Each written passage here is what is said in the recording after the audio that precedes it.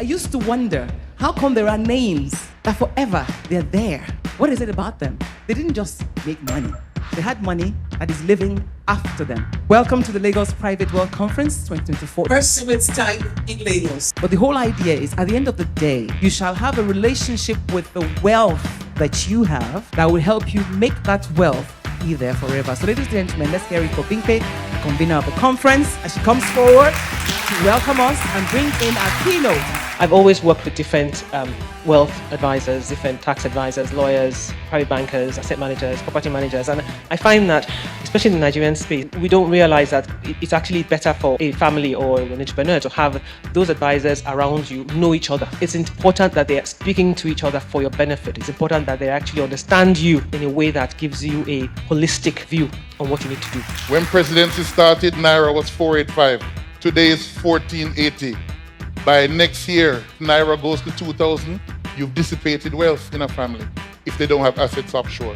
To me, that is the biggest threat. Not starting the conversation that all of us are interested in here today. Get professionals, get people who can help you take your business to the next level. Be intentional about every asset you acquire. Start the conversation early and be with trusted partners so that you have the right ecosystem to put forward your wealth planning or your succession. Unfortunately, life insurance is the only financial instrument which balloons in value when it comes to being passed on to the next generation. We're going to be voting. We're going to be voting to guide our panelists in the direction I want them to speak.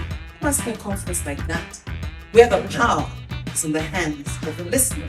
Today, Bermuda's constitutional status is that of a British overseas territory. Our GDP per capita, among the highest in the world. We're fourth in the most recent ranking. A small country, but a very prosperous country, driven by international trade. There is a broad array of industries that have found Bermuda to be the optimal location for establishing operations to handle some element of their global commercial activity. Of the over 37,000 millionaires in South Africa living on the continent with just one passport, they have access to only 17% of the global GDP. That sounds like a small number, but compared to Nigeria, we have access to only 1.5% of the global GDP if we're using just our green passport. So investment migration has been on the rise over the past 10 years to help strengthen sort of like a backing for the African investors so that they have more options in what they can use their money for, where they can go.